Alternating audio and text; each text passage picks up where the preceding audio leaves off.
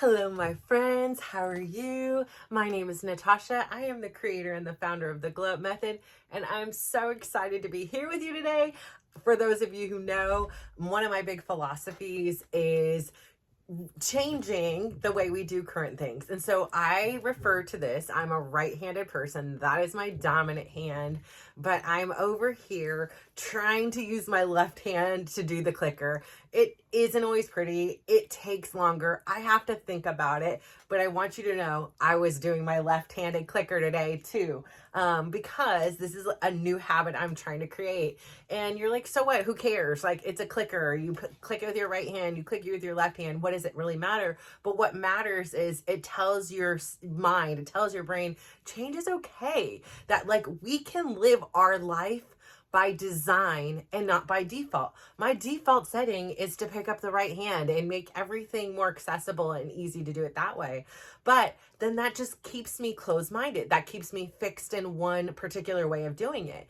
And one of the beautiful things about travel that I've got to re-experience really this year with going to some really great places from, I've been to Vegas, I've been to Sweden, I've been to Amsterdam, I've been to Saudi Arabia, I have been to Texas. I'm trying to think what else. Well, those were just a few of the ones I've been to this year. That was like a real blessing. I wasn't anticipating come January 1st, despite the feeling that I made this finally executed and made this vision board.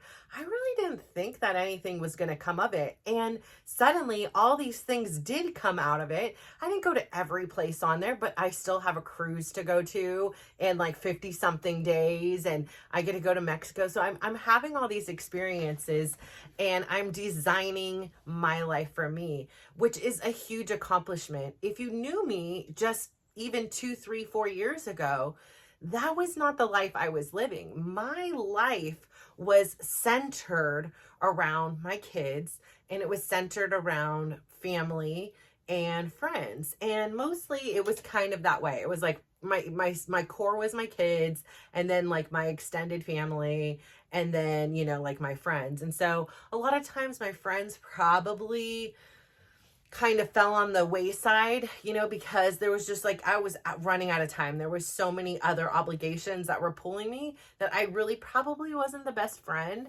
to a lot of people, that I just ran out of time. And I really had this belief that, again, I'm living my life through my own filter. Like, I didn't have my mom in my life. She left when I was a very young age.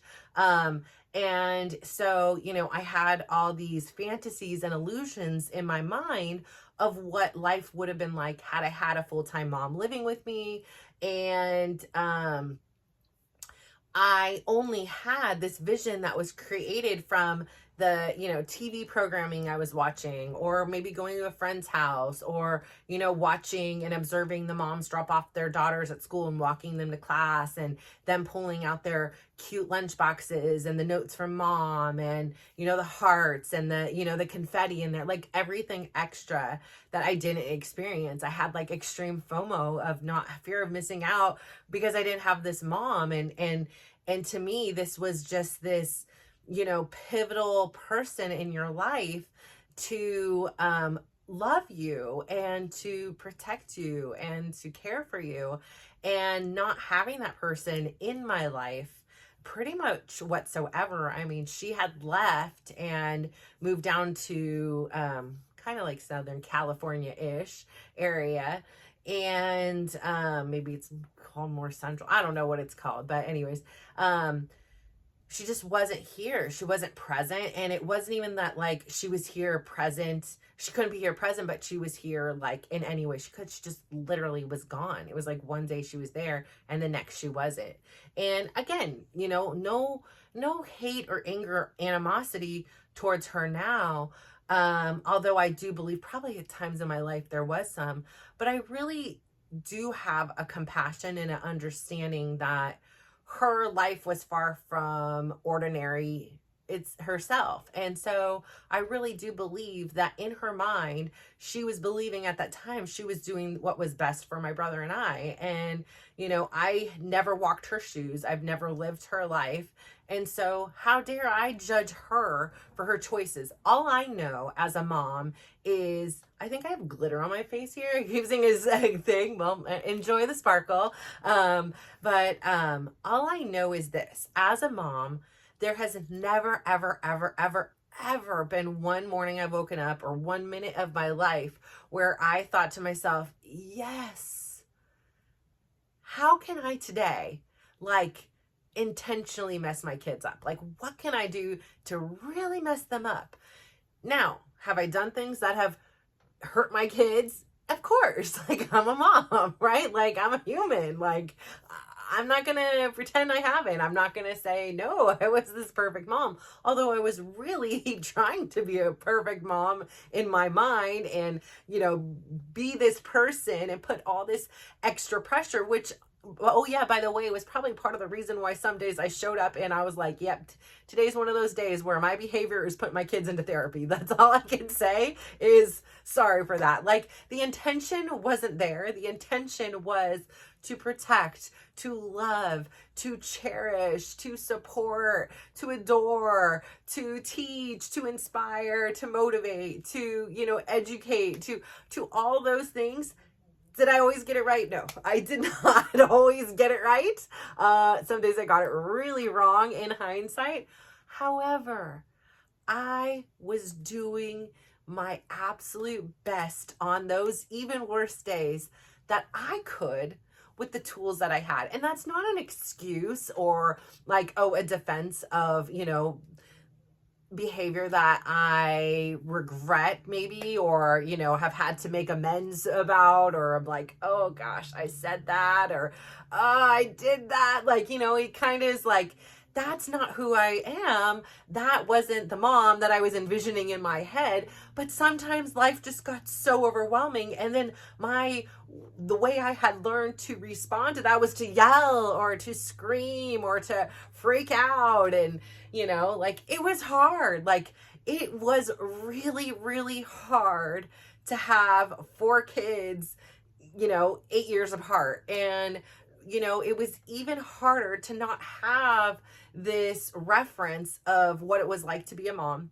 And then it was even harder to have a partner that was in it when I asked him to be and not the rest of the time, and again, he too didn't have a role model. He didn't have his father in his life. So here we are, we're two, same, for him, he was without a father, as a man. And for me, I was without a mother as a woman. And so, we're kind of the blind leading the blind here. We are just, ad-libbing and going along as we can. And obviously, for a lot of reasons, I have a higher emotional IQ than Chris. No hate on him. That's just the way it goes. So I was able to really overcompensate in that department.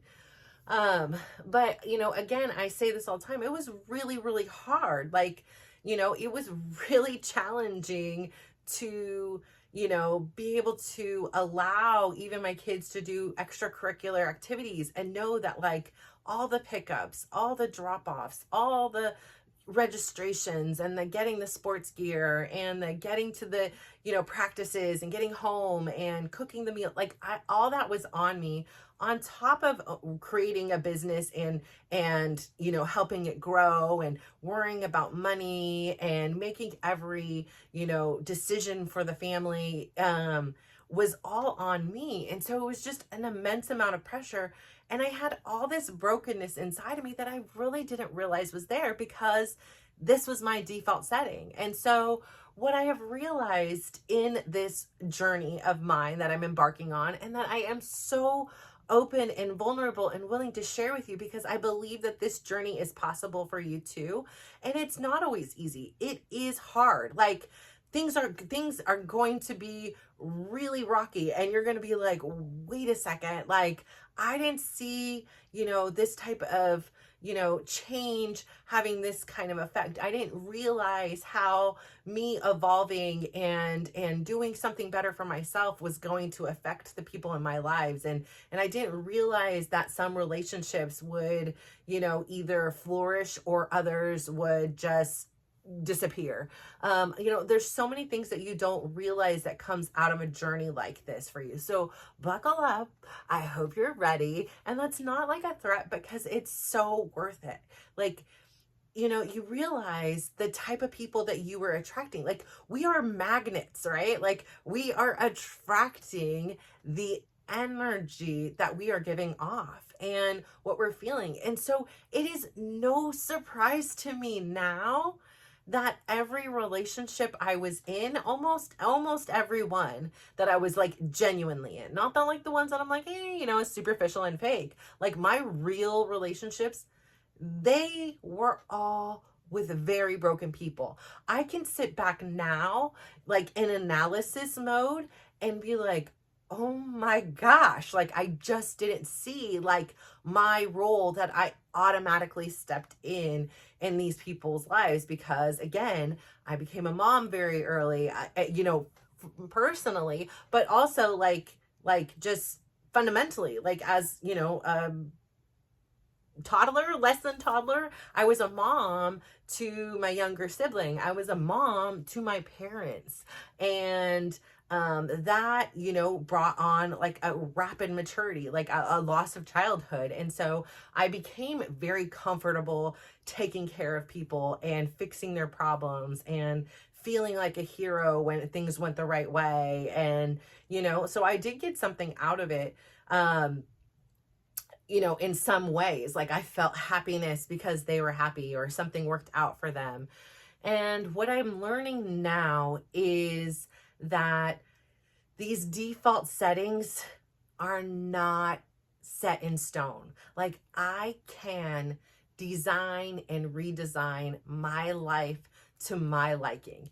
And when I began this journey, when I've shared here many times, and I keep referring to it recently, that I had driven up to a top of a mountain, and I couldn't take it anymore. I was overwhelmed. I was anxious. I was 300 pounds of neglect and just pain and sorrow. And I felt like a pincushion, and I felt underappreciated, and all those things that led me up to this pivotal moment in my life.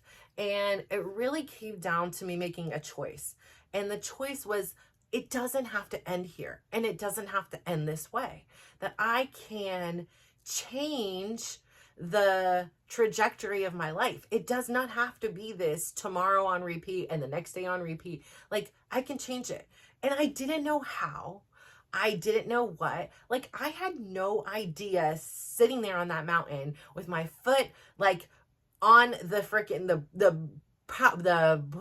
my shifter thing in park, and my foot just revving that engine. Like, I had no idea of certain things of who I would be today. I had no idea I would be recording something like this. I had no idea the influence that dance suddenly would have had in my life. I had no idea that I could successfully, release over 140 pounds of just pain and fat and unhealth and sorrow and anger. I had no idea that those things were possible. I had no plan for it. What happened was the journey happened, and that's where all the answers came. And it's an evolution. What sometimes worked for me 2 years ago has now evolved and is a little bit different now. And so I'm very open to that. I mean, sometimes when I do some of the older things, so like I started with 1 block walks. And again, I repeat to everybody that a single 1 block walk for me was like somebody else running a marathon. I was out of breath. every muscle from my ankle to my toe bones, like bones, muscles, things I didn't know existed anymore that had been dormant and asleep. Now suddenly we're like, oh, we are awake and we are in pain.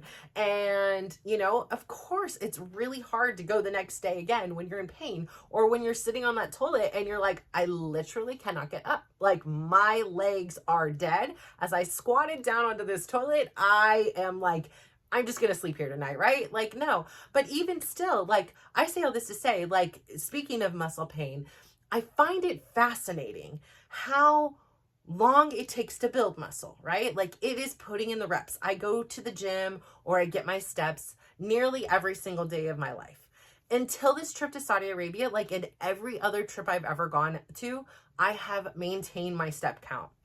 And because this was Saudi Arabia, for me, was such a really pulling out of my comfort zone place, I just wanted to hit a reset. When I got there, so many different things in my body, like, just ached on the norm, right? I was just like, that's just my life, my sciatica, my this, you know, like, what, like, that's just the norm. That's just, we wake up and you're a 47-year-old woman and things hurt. That's okay. Like, right? Like, that's life. I'm not going to sit here and dwell on it. Why me? Why does it hurt? Like, it's just like, we got to, okay, show goes on. It hurts. Okay, great. But after that first day of getting there, and the bed was so freaking comfortable. The down comforter on me, the air conditioning on.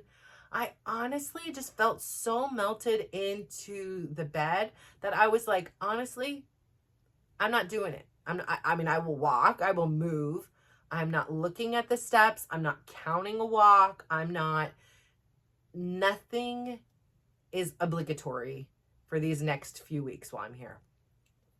And I thought it was a good way to challenge myself to see if I could do it, to see if I would come back. You know, I had talked about how, you know, I believe it was 2009, the last time I had done like a real try to lose weight thing. It was like an extreme 1,200 calorie, a lot of working out, burpees, push-ups, not a lot of fun. Kickboxing was cool though. I like that.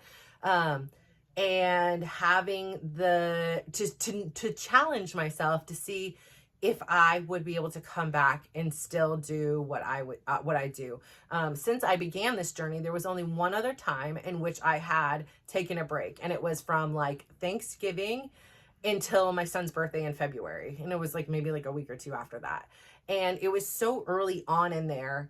And I remember being like, oh my gosh. And that was a long break. You got November, December, January, February, because it was like all the food, all the, you know, all the eating and everything. And I remember, like, again, it was like starting over, and every single muscle in my body was like, like, I am hurting. And I was like, well, on one aspect, I at least know that what I'm doing works, because I'm in pain. And I'm there again today, like, or these last few days. So, like, again, I've gone a little crazy. Like, I came back, I did a class Saturday, I did a class Sunday. I didn't do a class on Monday, but I did run. I didn't mean to, but what happened was I ended up doing 4 classes on Tuesday. That was the killer. That's where it was like, I've missed dancing. And so I did 4 dancing classes. Again, that was not for the faint of heart. like I was sore. Wednesday, I did 2 classes. Today I did 2 classes. And so my legs are really sore. And again, I like am so fascinated that like it takes so long to build the muscle, but it is really fast to lose it. And so it's a reminder to me of why the consistency matters, why sticking to these habits and these commitments I make to myself matters, because it isn't easy to build those muscles, and it is very easy to lose them. And so if we're just in the habit of doing what we do, so like, again, making my bed every day, it's a habit. I don't have to think about it anymore. If I really, really want to only use my left hand with this, yes, it's going to get easier, and I will only be using it. It'll be set ready here, ready to go whenever I'm ready. But the goal isn't to do that. Like, for me, my goal, the whole point of this is not to say like, oh, can I only do with my left hand? No, it's about becoming ambidextrous. It's about being flexible enough to adapt and change to the environment, the lifestyle that you're in that very moment.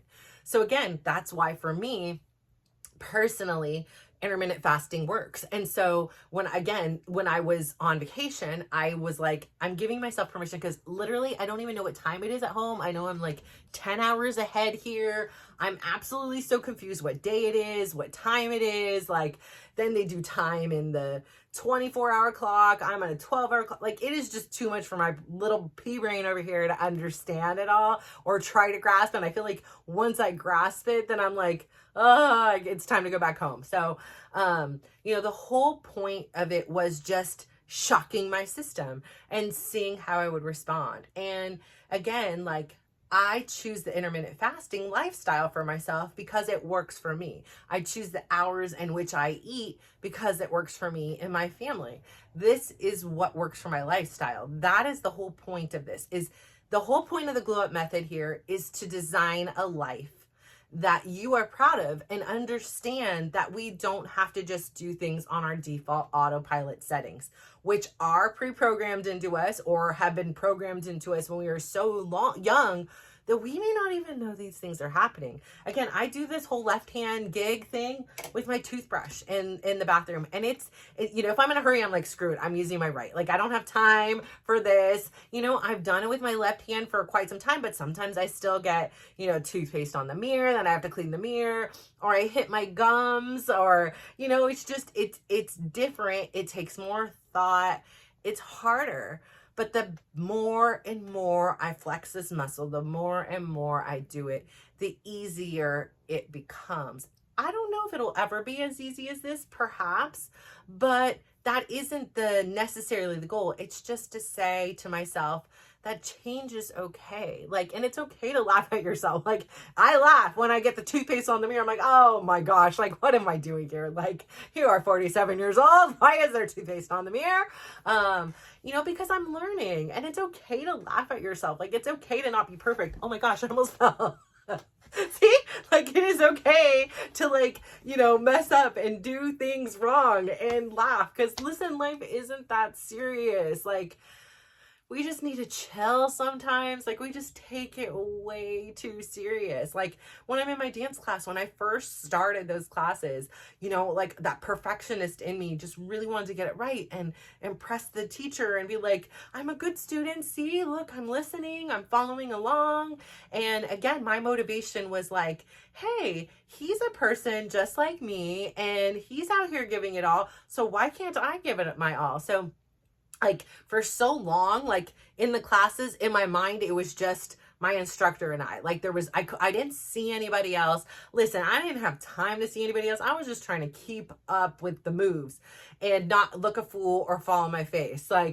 But I just so wanted, like, the approval and the acceptance and the, good job, you're a good student. Like, I really, like, that was, like, part of my motivation, and I wanted to get it right. So if I got something wrong, I was like, I just did it with the left hand. Everybody else is on the right hand, or I spun and nobody else is spinning. And, and I started to kind of, like, put this pressure on myself, and I had to be like, hold on. First off, let me take a look around here. I don't see any judges. I don't see anybody handing out, gold medals or anything. So slow your roll. First off, you won. You walked your butt into this gym and you signed up for a class and you're taking it. Like, kudos to you. Bravo. You won. You got it right. Everything else that happens for the next 50 minutes doesn't matter. You give your best today.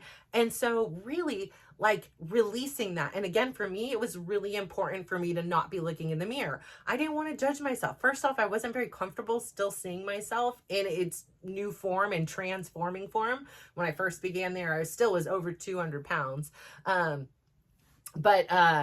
I had still, like, not settled in. Like, it was very uncomfortable for me to see myself still. It was like a very strange thing. Like, my brain hadn't adapted, for so many years. It was used to seeing something. And so it was like looking at a stranger, but yet looking at myself. So it was a very weird thing, and I just didn't like it. And I felt like when I was looking in the mirror, versus looking at the instructor only, that it was like I was just trying to do my perfectionism. I wanted to get it right, and I wanted to make sure the move was sharp, or sway if that was the move. Like it wasn't about being in the moment. It was more about the outcome, the result of it, where the outcome for me really comes from the inside. And so that's not something I can see externally. It's something I can feel on the inside.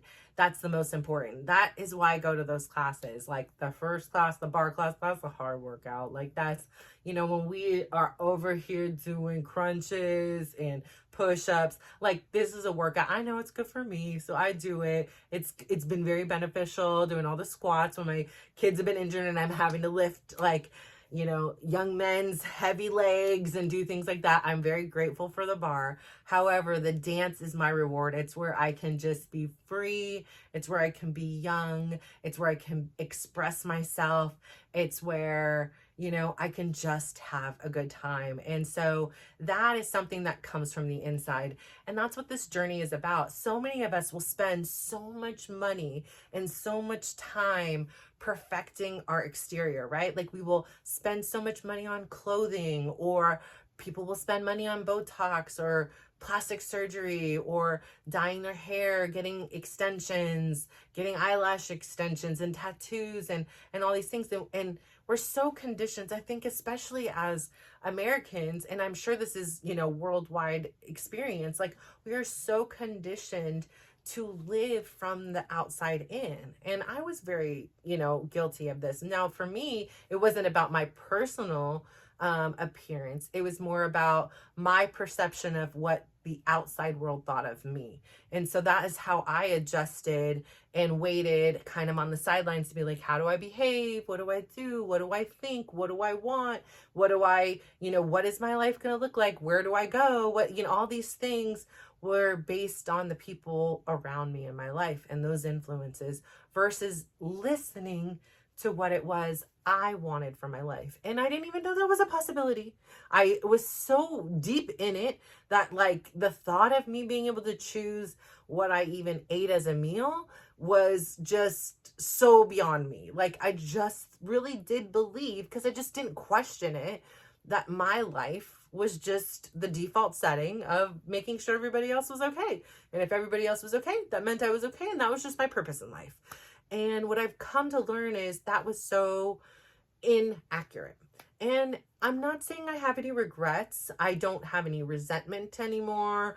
I really am healing through that thing. And I understand that those were my choices now, right? Like I didn't always understand that, but I very much understand that this was my choice, and that it has also been my choice to choose change. And change, no matter what it looks like, hurts. No matter what it is, it's hard and it's intimidating and it's scary. And sometimes we get it wrong, but a lot of times we get it right.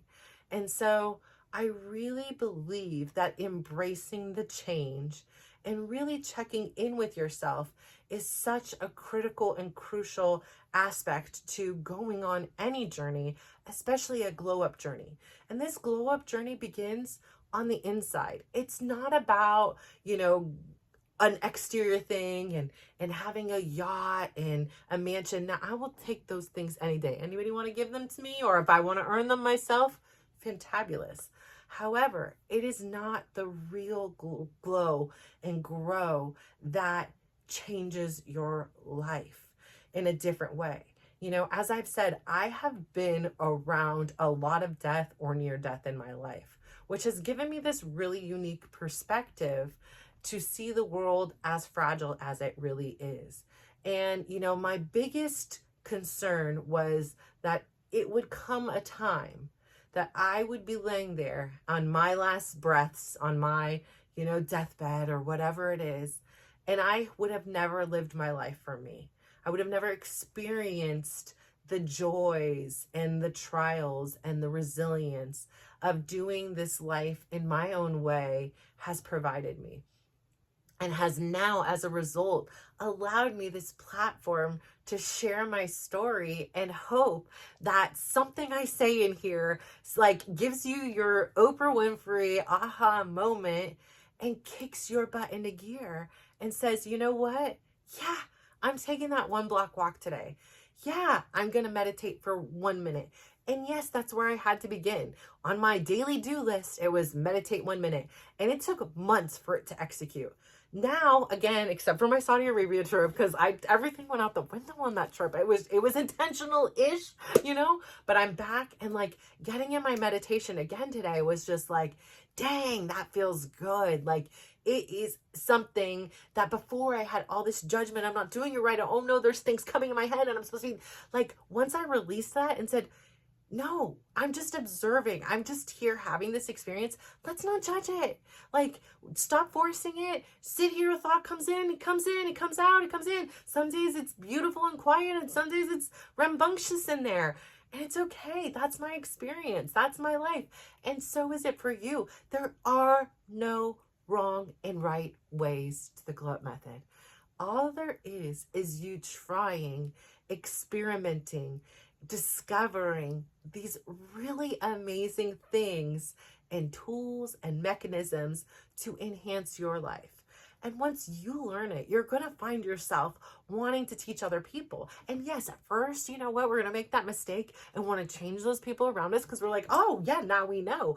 And they're not going to want to hear it from you. So you go find a platform like this where there is people who are like, I am exactly in this place and at this time to go on this journey for my own self. And you don't have to, force it down your family's throats and they get irritated with you because they're not in the same place as you. But you realize that there are millions of people out there who are. They're just not necessarily the people in your home or in your circle. And that is yet. There are so many people that I have met and just by my pure existence have been like, can you be my coach? Can you like be my accountability buddy? Can you mentor me? Like, I love your story. Like, you need to write a book. And I'm like, oh, I'm already doing that. Like all these, there's these things that like suddenly, again, like I said, we are magnets and now we're attracting this type of people to ourselves. So it's pretty freaking cool. So you are just a big piece of this chain of life, and you going on your journey is a critical part to this world. So I thank you for doing that, and I thank you for choosing to spend the last 30 minutes of your life with me. I really, really appreciate that. It is not lost on me. And so all I have else to say is please go out there today, give somebody a big smile, give them a compliment, and just watch how they glow up. So thank you. Have a great day. Bye.